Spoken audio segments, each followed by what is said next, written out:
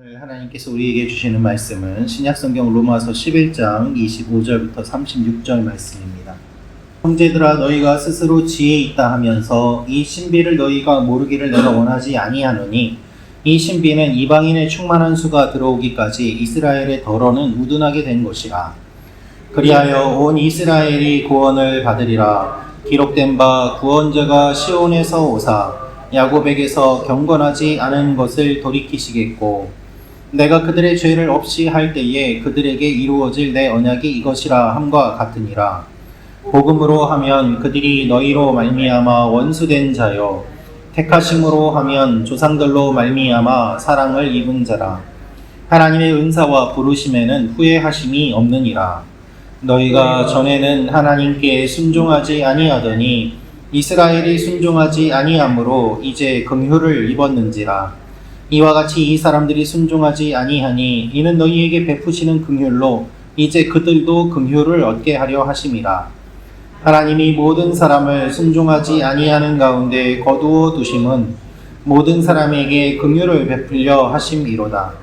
깊도다 하나님의 지혜와 지식의 풍성함이여 그의 판단은 헤아리지 못할 것이며 그의 길은 찾지 못할 것이로다.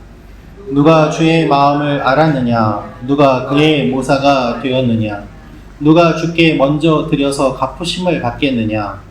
이는 만물이 주에게서 나오고 주로 말미암고 주에게로 돌아감이라. 그에게 영광이 세세에 있을지어다. 아멘. 오늘 말씀은 바울이 유대인과 이방인의 구원에 대한 하나님의 계획을 설명하는 마지막 부분에 해당되는 본문입니다. 오늘 이 말씀을 통하여서 우리가 알 수 있는 몇 가지 내용이 있습니다. 첫째로 알 수 있는 것은 하나님은 온 이스라엘이 구원받기 원하십니다 라는 것입니다. 하나님은 온 이스라엘이 구원받기 원하십니다. 26절, 27절 말씀을 제가 읽어드리겠습니다. 그리하여 온 이스라엘이 구원을 받으리라. 기록된 바 구원자가 시온에서 오사 야곱에게서 경건하지 않은 것을 돌이키시겠고, 내가 그들의 죄를 없이 할 때에 그들에게 이루어질 내 언약이 이것이라 함과 같으니라. 바울은 유대인과 이방인을 구원하시는 이 하나님의 구속사적인 계획이 신비라고 이야기하고 있습니다. 비밀이라고 이야기하고 있습니다. 실제로 이렇게 표현하는 바울의 표현 자체가 매우 독특하고 또한 신비롭습니다. 그래서 많은 학자들이 오랜 기간 동안 논쟁하였습니다. 온 이스라엘이 구원을 받으리라 라고 되어 있는데, 여기에 이야기하고 있는 온 이스라엘이 누구인가에 대한 논쟁이었습니다. 유대인을 대체하는 교회 공동체라는 이야기도 있었고, 이방인과 유대인 모두를 포함하는 존재라고 이야기를 하기도 하였습니다. 해석이 어려운 본문이기도 합니다만은 본문의 강조점은 분명합니다. 그것은 무엇인가 하면 하나님은 모든 사람이 구원받기 원하신다는 것입니다. 하나님의 형상으로 지음받은 모든 사람들이 구원받기를 하나님은 원하시고, 그 일을 위하여서 예수님이 이 땅에 오셨습니다. 그 어느 누구도 예외는 없습니다. 복음은 차별이 없습니다. 복음은 예외가 없습니다. 예전에는 나라 개념으로 생각하였습니다. 그래서 모든 나라에 복음이 전해지면 주님이 오실 것이다 라고 생각하였습니다. 하지만 여러분, 나라는 생기기도 하고 없어지기도 하지 않습니까? 그래서 사람들이 생각한 것이 모든 민족에게 복음이 전해지면은 예수님이 오실 것이다 라고 생각하였습니다. 그러나 결국 그 민족이라는 개념도 인간이 만들어낸 것에 불과합니다. 하나님은 모든 사람, 한 사람 한 사람이 다 복음을 듣고 주님 앞에 나오기를 원하십니다. 그래서 우리에게 있는 경건하지 않은 것들을 돌이키시고 경건한 하나님의 백성으로 살아가는 사람이 되기를 하나님이 원하시는 것입니다. 바울이 그것을 이야기하고 있습니다. 바울은 이방인에게 복음을 전하고 있지만 유대인들도 구원받기를 원하고, 동시에 또한 모든 이방인들도 다 구원을 받아서 하나님의 백성이 되기를 원하는 것입니다.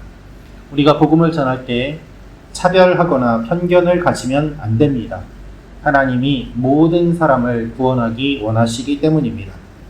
그 하나님의 마음이 있기 때문에 나도 구원받은 것입니다.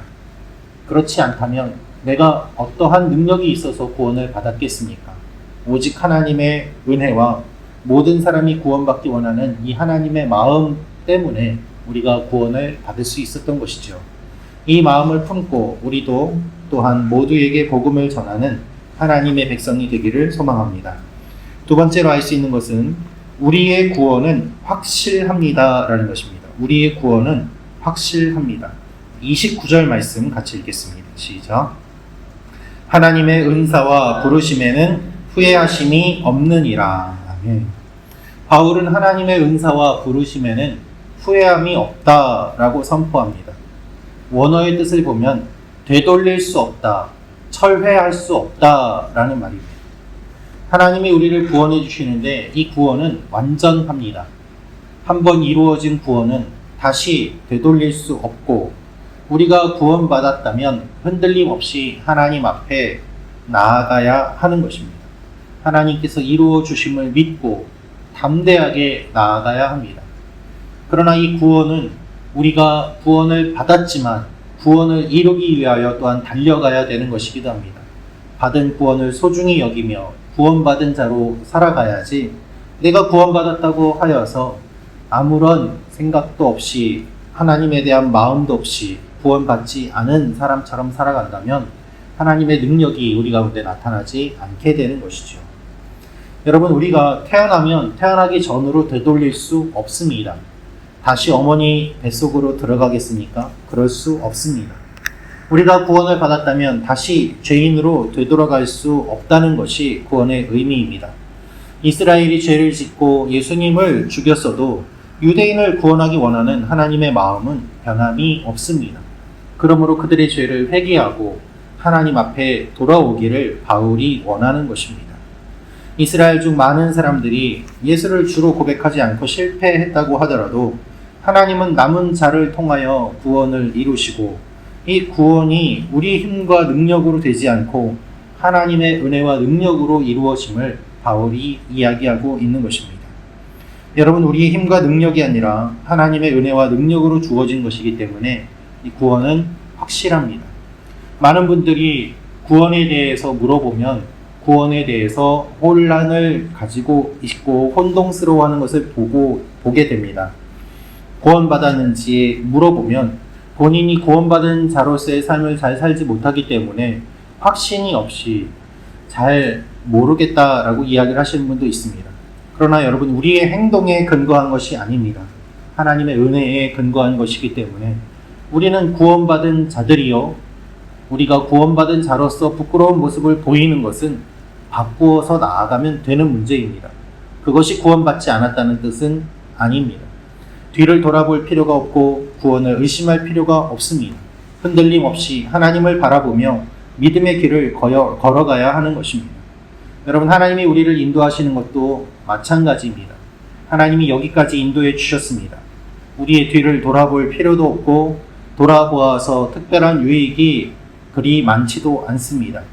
흔들림 없이 하나님을 바라보며 앞으로도 계속 인도해 주실 것을 기대하고 하나님 앞에 나아갈 필요가 있는 것입니다. 하나님의 부르심에는 후회함이 없습니다. 우리를 인도해 주시는 그 인도하심에도 후회함이 없습니다. 오늘도 주님과 동행하며 나아가는 여러분과 제가 되기를 소망합니다. 마지막으로 알 수 있는 것은 놀라우신 하나님의 지혜와 지식을 찬양합니다 라는 것입니다. 놀라우신 하나님의 지혜와 지식을 찬양합니다. 33절부터 36절 말씀 같이 읽겠습니다. 시작. 깊도다 하나님의 지혜와 지식의 풍성함이여 그의 판단은 헤아리지 못할 것이며 그의 길은 찾지 못할 것이로다. 누가 주의 마음을 알았느냐? 누가 그의 모사가 되었느냐? 누가 주께 먼저 드려서 갚으심을 받겠느냐? 이는 만물이 주에게서 나오고 주로 말미암고 주에게로 돌아감이라. 그에게 영광이 세세에 있을지어다. 아멘. 유대인과 이방인의 구원에 대해서 길게 이야기한 바울은 이 내용을 마무리하면서 하나님의 지혜와 지식을 찬양합니다. 그래서 그에게 영광이 세세에 있을지어다. 아멘으로 이 단락을 마치게 됩니다. 하나님의 지혜와 지식이 얼마나 크고 놀라운지 그가 이 구원의 모습들을 보니까 깨닫게 된 것이죠. 유대인을 구원하고자 하는 하나님의 마음, 이방인을 이끌어 가시는 하나님의 모습, 그것을 보면서 율법 학자들 중에서도 최고의 엘리트로서 해박한 지식과 열정을 가지고 있는 바울 자신이 감탄을 금치 못할 정도로 하나님의 지혜와 지식과 그 놀라움이 넘쳐남을 그가 경험하면서 이렇게 선포하는 것입니다. 그래서 그는 하나님을 찬양할 수밖에 없습니다. 여러분, 우리가 하나님을 묵상할수록, 우리가 하나님을 경험할수록 우리는 하나님을 찬양할 수밖에 없습니다. 그래서 요한계시록의 마지막이 찬양으로 끝나는 것입니다. 하나님은 우리의 생각을 뛰어넘는 일들을 하시고 하나님은 우리가 상상할 수 없는 일들을 이루시기 때문에 이방인들이 구원받을 것을 바울은 상상조차 못하였는데 하나님이 놀랍게 역사하시는 그 일들을 보면서 바울은 하나님의 이 놀라운 지혜와 지식과 경륜에 감탄하는 것입니다. 우리의 삶에도 이런 일이 일어납니다. 나의 생각과 나의 힘과 나의 능력으로는 다 이해할 수 없는 놀라운 일들이 계속해서 일어나기 때문에 하나님이 그렇게 우리를 절묘하게 인도하시기 때문에 우리가 하나님을 생각할수록 찬양과 감사와 영광이 나올 수밖에 없는 것이죠. 하나님께서 이렇게 하셨구나. 하나님께서 이러한 일들을 이루시는구나. 하나님이 나를 여기까지 이렇게 하셨구나 라는 것을 볼 때 내 계획이 아니지만 하나님께서 이렇게 놀랍게 하셨구나, 이것을 알 때 우리는 찬양하게 되는 것입니다. 오늘도 하나님을 찬양하는 일이 일어나는 여러분과 제가 되기를 소망합니다. 지금 일어나는 여러 일들도 앞으로 찬양하게 될 근거가 됨을 믿고 하나님 앞에 기대하며 나아가는 여러분과 제가 되기를 축원합니다. 기도하겠습니다. 참 좋으신 아버지 하나님, 이방인과 유대인의 구원에 관한 하나님의 놀라운 계획과 은혜를 저희가 말씀을 통하여 보았습니다. 우리 삶 가운데 이루시는 하나님의 놀라운 계획과 능력을 저희가 오늘도 바라보게 하시고, 특별히 아버지 하나님, 우리 교회 성도님들 한 분 한 분의 삶 가운데 여러 어려움이 있지만 그 어려움이 결국 하나님을 찬양하게 하는 과정임을 믿고 오늘도 주님의 뜻을 구하며 담대하게 나아가는 하나님의 자녀들이 되게 하시고 주님의 교회가 되게 하여 주시옵소서. 하나님은 우리가 생각하지 못하는 신묘막측한 일들을 이루시는 놀라운 분임을 믿습니다. 하나님을 기대하며 나아가오니 우리의 기대와 기도에 응답하여 주시고 또한 우리 가운데 기쁨이 넘치는 일이 오늘 하루도 일어나게 하여 주옵소서. 감사드리며 예수님의 이름으로 기도합니다. 아멘.